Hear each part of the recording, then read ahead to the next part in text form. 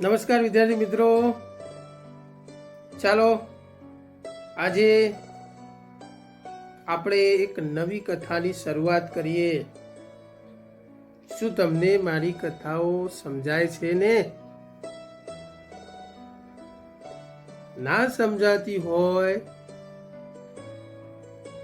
તો વિડીયોને 2-3 વાર જોજો તો સમજાઈ જશે. અને જરૂર પડે તો નોટબુકમાં લખજો તો જરૂરિયાતના સમયે કામ આવશે. વિડીયોને બીજા મિત્રોને શેર કરજો તો એમને પણ જરૂરિયાતના સમયે ઉપયોગી બનશે. લાઈક પણ કરજો, સબસ્ક્રાઇબ પણ કરતા રહેવાનું. એના માટે કઈ પૈસા થવાના નથી, તાળી પાડવાના પૈસા નથી, છતાંય લોકો તાળી પાડતા નથી. લાઈક કરવાના, શેર કરવાના, સબસ્ક્રાઇબ કરવાના પૈસા નથી, છતાંય નથી કરતા. આમે પણ આપણા ગુજરાતની અંદર ઊંધું ચાલે છે. જ્યાં પૈસા નથી, ફ્રી છે, એની વેલ્યુ નથી. પૈસા ઢગલો થતા હોય ત્યાં વેલ્યુ હોય છે. ચલો વધુ સમય બરબાદ ના કરતા આજની કથા આપણે શરૂઆત કરીએ. આજની કથા છે મહાકવિ ભાસ રચિત મહાભારત પર આધારિત મધ્યમ વ્યાયોગ.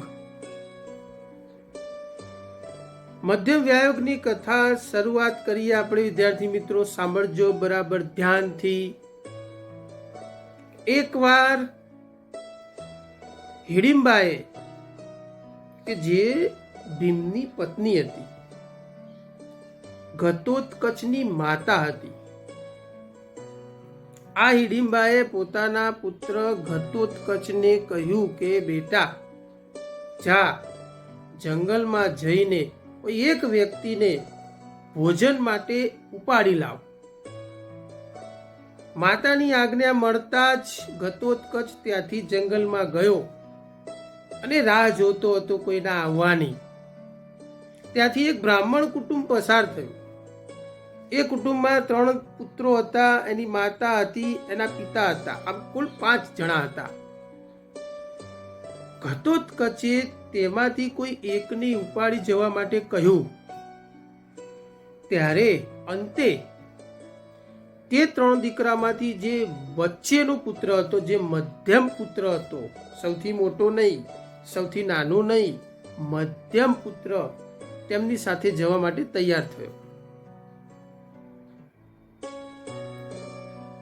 હવે એ મધ્યમ પુત્રએ ઘટોત્કચને કીધું કે હું તમારી સાથે આવવા તૈયાર છું, પણ સૌથી પહેલા હું પાસેના સરોવરમાં જઈને જળ અર્પણ કરીને આવું.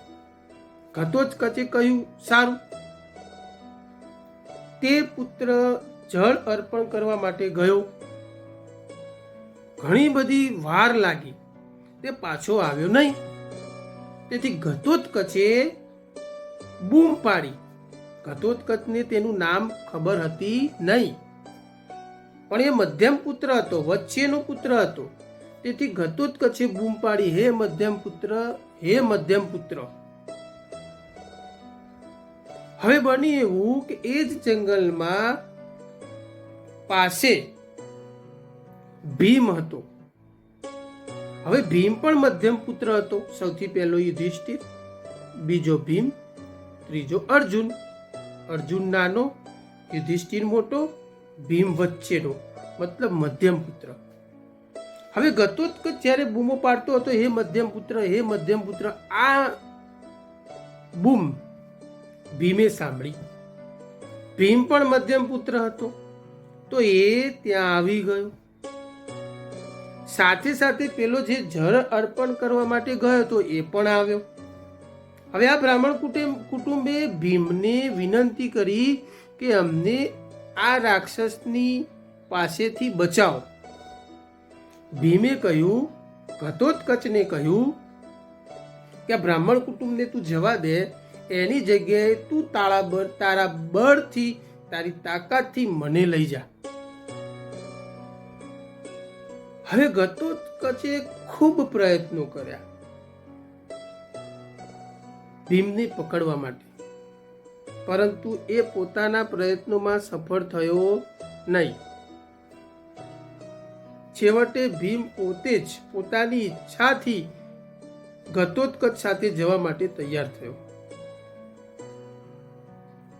હવે આ જંગલમાં ભીમ અને ઘટોત્કચ વચ્ચે જે વાર્તાલાપ થઈ, ભીમ મધ્યમ પુત્ર હતો, એમની સાથે જે વાર્તાલાપ થઈ, આ ઘટનાના આધારે આ કથાનું નામ મધ્યમ વ્યાયોગ રાખેલું છે. એ પણ તમારે યાદ રાખવાનું છે બાળકો.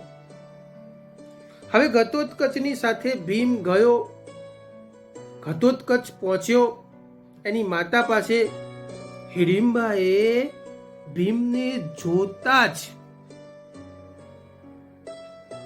ખુશ થઈ ગઈ, રાજી થઈ ગઈ.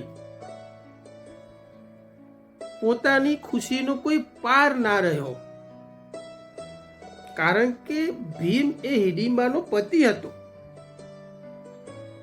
ઘણા વર્ષો પછી તેમનું મિલન થયું હતું. હિડિંબાએ પોતાના પુત્ર ઘટોત્કચને જણાવ્યું કે બેટા, તું જેને લઈને આવ્યો છે તે બીજું કોઈ નહીં પરંતુ તારા પિતાશ્રી જ છે. આમ 3 લોકોનું, હિડિંબા, ભીમ અને ઘટોત્કચ, એ ત્રણેયનું સુખદ મિલન થાય છે અને અહીંયા આ કથા પૂર્ણ થાય છે.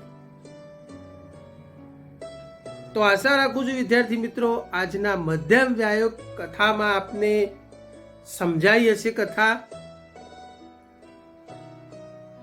આગળ આપણે મળીશું નવા વિડીયો સાથે.